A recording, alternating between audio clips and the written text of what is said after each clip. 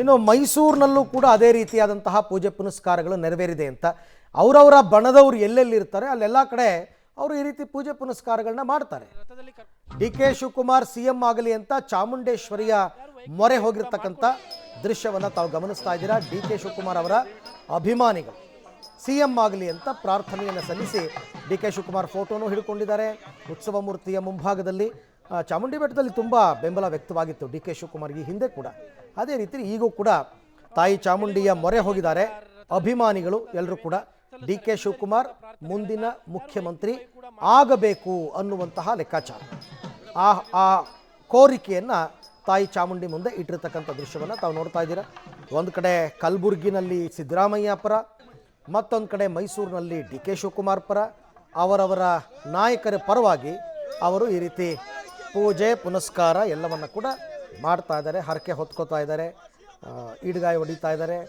ಏನೇ ಆದರೂ ವರವನ್ನು ಕೊಡಬೇಕಾಗಿರ್ತಕ್ಕಂಥದ್ದು ಹೈಕಮಾಂಡ್ ವರ ಯಾರಿಗೆ ಕೊಡ್ತಾರೆ? ಸಿದ್ದರಾಮಯ್ಯನವ್ರು ಕೊಡ್ತಾರಾ, ಡಿ ಕೆ ಶಿವಕುಮಾರ್ ಕೊಡ್ತಾರ? ಅದೇನೋ ಡಿ ಕೆ ಶಿ ಅಭಿಮಾನಿಗಳು ಬೆಳ್ಳಿ ರಥ ಸೇವೆಯನ್ನು ಮಾಡಿಸಿದ್ದಾರೆ ಚಾಮುಂಡಿ ಬೆಟ್ಟದಲ್ಲಿ. ಬೆಳ್ಳಿ ರಥ ಸೇವೆ, ಬೆಳ್ಳಿ ರಥದಲ್ಲಿ ತಾಯಿ ಚಾಮುಂಡೇಶ್ವರಿ ಉತ್ಸವ ಮೂರ್ತಿಯನ್ನು ಕೂರಿಸಿ ರಥೋತ್ಸವದ ರೀತಿಯಲ್ಲಿ ಮಾಡ್ತಾರೆ. ಅದು ಡಿ ಕೆ ಶಿವಕುಮಾರ್ ಅಭಿಮಾನಿಗಳು ಅಥವಾ ಅವರ ಬೆಂಬಲಿಗರು ಅವರು ನಡೆಸಿರ್ತಕ್ಕಂಥ ದೃಶ್ಯ ತಾವೀಗ ನೋಡ್ತಾ ಇದ್ದೀರಿ.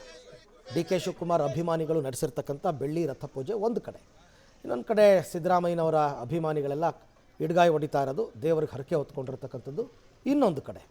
ಇದು ಎಲ್ಲಿ ತನಕ ಹೀಗೆ ಮುಂದುವರಿಯುತ್ತೆ ಅಂದರೆ ಹೈಕಮಾಂಡ್ ಏನಾದರೂ ಒಂದು ತೀರ್ಮಾನ ಕೈಗೊಳ್ಳಬೇಕು, ಆ ತೀರ್ಮಾನದಂತೆ ನಡಿಬೇಕು. ಇಲ್ಲಿ ಯಾವ ಗೊಂದಲಗಳಿಗೂ ಯಾರೂ ಎಡೆ ಮಾಡಿಕೊಡಬಾರ್ದು.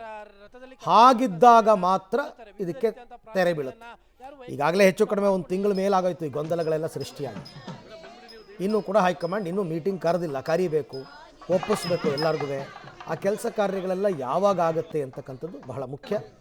D K Shivakumar C M ಆಗಲಿ ಅಂತ ಕೆಲವರು, ಸಿದ್ದರಾಮಯ್ಯನವರೇ ಮುಂದುವರಿಲಿ ಅಂತ ಕೆಲವರು, ಹೀಗೆ ನಡೀತಾ ಇದೆ.